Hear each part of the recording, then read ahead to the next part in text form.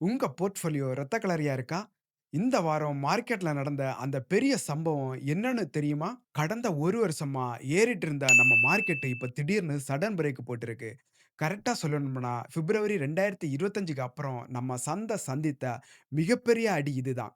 ஒரே வாரத்துல சரியா 2.9% வீழ்ச்சி. வெள்ளிக்கிழமை ஒரே நாள்ல நிஃப்டி 315.45 புள்ளிகள் சரிந்து 24,450.45க்கும், சென்செக்ஸ் 1097 புள்ளிகள் விழுந்து 78,918.90க்கும் வந்து நிக்குது. இதுக்கெல்லாம் காரணம் நம்ம ஊர் பொருளாதாரம் கிடையாது. பல்லாயிரம் கிலோமீட்டர் தாண்டி நடக்கிற மிடில் ஈஸ்ட் சண்டை தான்.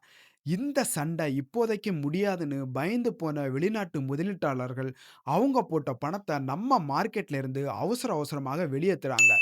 இதுதான் நம்ம மார்க்கெட் சரிவதற்கு காரணம். வெளிநாட்டுக்காரன் பணத்த எடுத்ததுனால நம்ம மார்க்கெட் மட்டும் விழல.